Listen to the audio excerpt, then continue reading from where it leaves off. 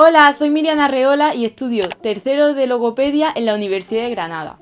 En este vídeo os voy a decir cuál ha sido mi experiencia en el primer cuatrimestre de este curso, tanto para las personas que estén interesadas en esta carrera, para aquellos que ya estén dentro de la carrera en primero y en segundo y también les interese un poquillo cómo va a ser tercero, incluso para las personas de SICUE creo que puede ser súper interesante, ya que normalmente las SICUE se hacen en este curso, así que empezamos.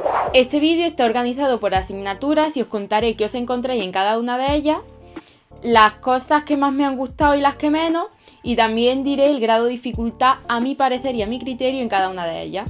Las asignaturas que he llevado en este primer cuatrimestre son Evaluación y diagnóstico de la audición y funciones orales no verbales, Evaluación y diagnóstico de la comunicación, lenguaje, habla y voz, Intervención logopédica en los trastornos del desarrollo del lenguaje, Nuevas tecnologías e intervención logopédica en ámbito educativo y Sistemas alternativos y aumentativos de comunicación.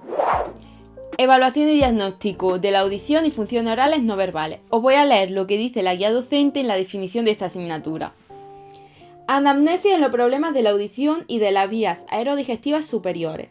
Exploración del oído externo, medio e interno y exploración del tránsito nasobucofaringeo.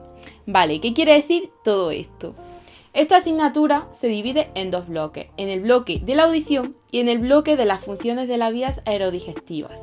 En este primer bloque, en el bloque de la audición, el primer tema fue destinado a hacer un pequeño resumen de la audición, tanto de las enfermedades como patologías del oído, ya que esto lo dimos con mayor amplitud en el segundo curso. Entonces a lo que se le dedicó mucho más tiempo y también más extensión fue a los instrumentos de evaluación, tanto en teoría como en práctica. Esta parte es un poco complicada porque tienes que aprender cómo funcionan estos instrumentos por dentro para medir la audición, entonces nos enseña también a interpretar los resultados. Pero la parte más difícil creo que es entender cómo funcionan estos instrumentos. Y luego también se dedicaron temas a hipoacusia infantil y a hipoacusia laboral. El segundo bloque, que es el de la vía aerodigestiva, fue destinado cada tema a una cosa en específica, que son las fosas nasales, la cavidad oral, la faringe y la laringe.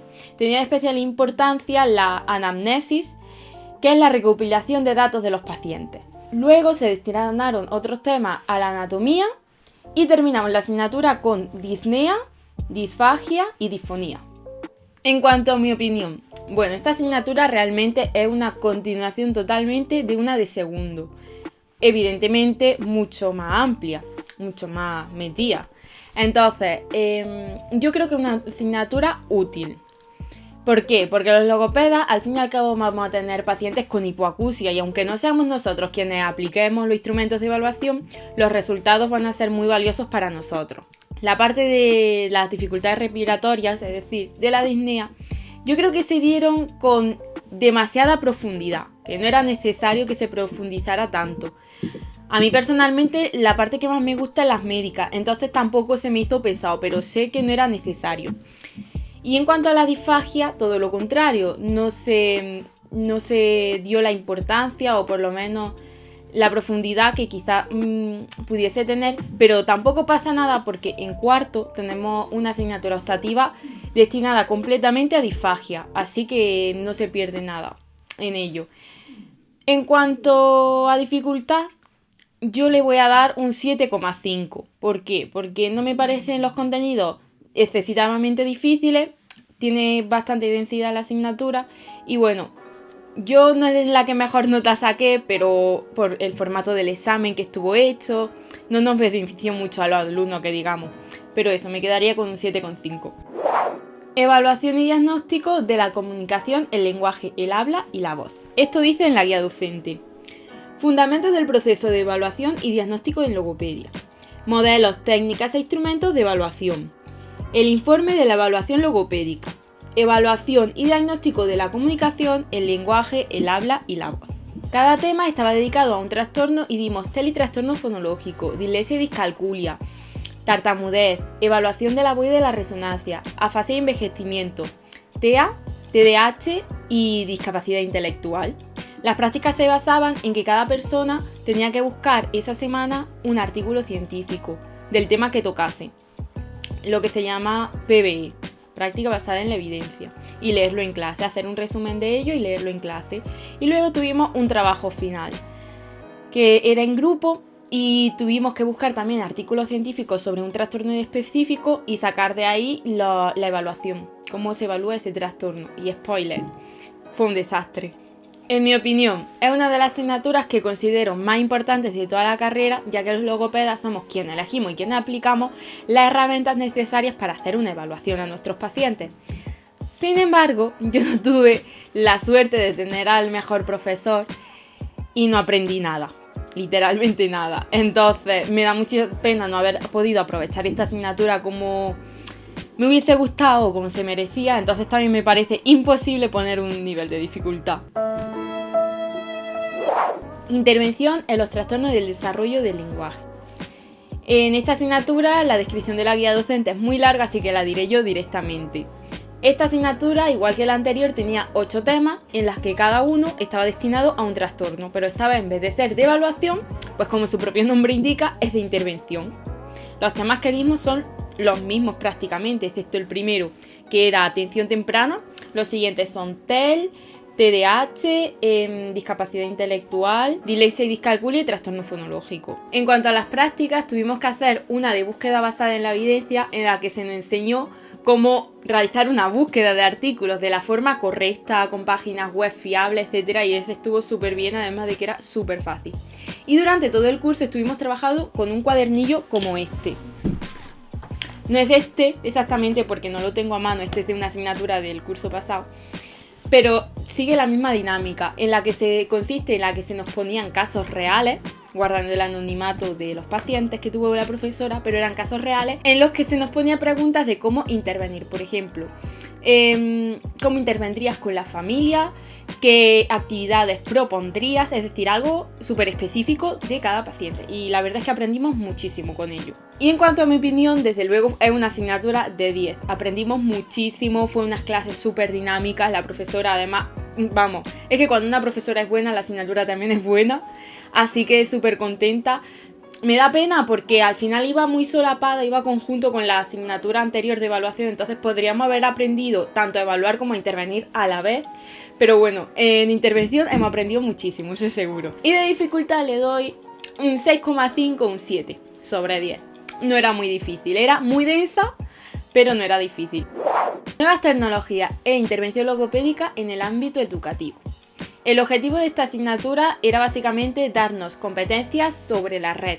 La asignatura estaba dividida en 7 temas que estaban destinados especialmente a la intervención con ayuda de la tecnología de los alumnos NEAE, es decir, alumnos con necesidades específicas de apoyo educativo. Son aquellos alumnos que tienen dificultades en el aprendizaje, sea por el motivo que sea. Tuvimos que aprender los tipos de software, los tipos de licencias, recursos educativos que existen, y en cuanto a prácticas, trabajamos con el ordenador todo el tiempo, creando páginas web desde cero. Y el trabajo final, que nos costó 3 puntos de la nota, era hacer un recurso educativo del trastorno que quisiésemos. En mi caso, mi equipo y yo lo hicimos de discalculia. Mi opinión de esta asignatura. Al principio no me gustaba nada, o sea, no le veía ningún sentido. Yo decía, ¿por qué tenemos que aprender todo esto? ¿De qué nos va a servir? Y además teníamos que dedicar un montón de tiempo a hacer las páginas web, a hacer los recursos, que yo no veía necesario. Pero luego me di cuenta que sí es importante y que ha sido muy oportuno conocer que existen recursos a nuestra disposición como profesionales, porque se pueden aplicar no tanto al ámbito educativo, sino a cualquier ámbito que lo necesitemos. Y que si no existen esos recursos, que podemos hacerlo. Y yo creo que eso es lo que más nos ha aportado esta asignatura. Luego creo que la gente normalmente, incluso nosotros mismos como estudiantes de logopedia, creemos que no necesitamos absolutamente nada la tecnología en nuestras terapias. Que todo puede ser con papel, lápiz y juegos, pero no creo que sea así, porque en la época en la que estamos, y además nos lo ha demostrado ya muchas veces la logopedia, es que las tecnologías sí son necesarias y sí que nos pueden aportar muchísimo en nuestro ámbito. Entonces creo que esta asignatura me ha hecho darme cuenta de esto. Y en cuanto a dificultad, le daría un 5 o un 6, no le daría mucho más. Me ha parecido una asignatura súper fácil, muy pasable, muy rápida. La última asignatura, sistemas alternativos y aumentativos de comunicación. Os voy a leer nuevamente lo que pone en la guía docente. Sistemas de comunicación alternativa y aumentativa, implementación de sistemas de comunicación aumentativa y de las ayudas técnicas en la alteración y trastornos del lenguaje de tipo sensorial, central y motor. ¿Y todo esto de sistemas qué quiere decir? Un sistema aumentativo es aquella forma que facilita la comunicación cuando la comunicación oral está alterada. El objetivo de esta asignatura ha sido que seamos capaces de seleccionar, de implementar y de facilitar el aprendizaje del sistema ajustándonos a las características físicas, psicológicas y motoras de nuestros pacientes, así como asesorar a la familia y al entorno de nuestro usuario. En cuanto a las prácticas, hicimos varias cosas. En algunas de ellas se nos proponían casos en los que nosotros teníamos que elegir, según las características del paciente, un sistema aumentativo y teníamos que justificar nuestra respuesta.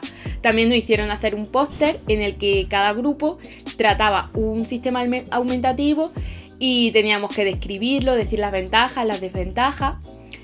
Hicimos un informe y también hicimos un vídeo que estuvo súper guay, que era traducir un cuento escrito al sistema aumentativo que cada grupo hubiese elegido. En mi caso elegí la palabra complementada y la verdad es que me gustó un montón y aprendí muchísimo. Mi opinión acerca de esta asignatura. Yo al principio no tenía ninguna expectativa con esta asignatura, pero lo justifico porque cuando me hablaban de ella a mí se me venía siempre lengua de signos o hablar de sordera, de hipoacusia, como lo quierais llamar. Y claro, a mí no es el tema que más me interesa personalmente, entonces yo no tenía ninguna ganas de esta asignatura. Y como que siempre pensaba, vamos a dar hipoacusia, lengua de signos y poco más. Pero conforme iba avanzando la asignatura me di cuenta de que no, que nada que ver, que este mundo es muchísimo más grande de que lo que podemos imaginarnos. Existen muchísimos sistemas alternativos que se clasifican en función de las características de la persona, en función de lo que tengan, en función de lo que te puedan aportar.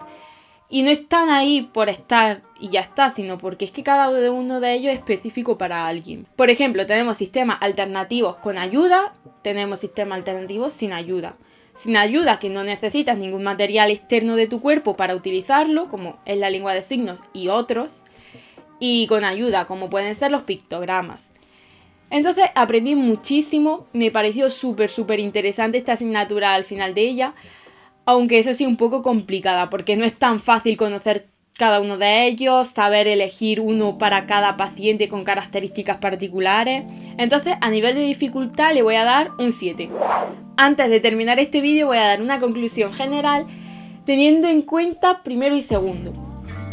Se ha notado en tercero la gran diferencia con estos dos cursos anteriores. Y no tanto por el nivel de dificultad, porque de hecho en segundo y en primero he tenido asignaturas que me han parecido mucho más difíciles que esta. Sino que por fin llega ese momento que todo estudiante de logopedia está deseando. Y es por fin sentir que está haciendo una asignatura específica de logopedia. Es verdad que en estos primeros cursos se retrasa muchísimo porque damos conocimientos muy generales todo el tiempo. Y como que se hace pesado porque dices, tío, no estoy dando nada que tenga que ver con la logopedia.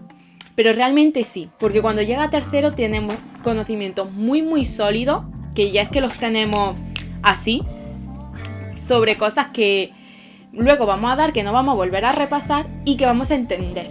Es decir, si vamos a dar ahora parálisis cerebral, vamos a dar sistemas aumentativos de parálisis cerebral, pero no vas a volver a dar la etiología, ni el funcionamiento, ni nada de la parálisis cerebral. Y eso ya lo sabes, ya lo conoces. Entonces, como que son conocimientos muy importantes. Y por eso quiero mandar muchísimo ánimo a las personas que estéis en estos cursos anteriores. Por si estáis un poquito desganados, que no os preocupéis, que todo llega. Y muchísimo ánimo a todos. Y desde luego, muchas gracias a todos los que veis mis vídeos. ¡Hasta la próxima!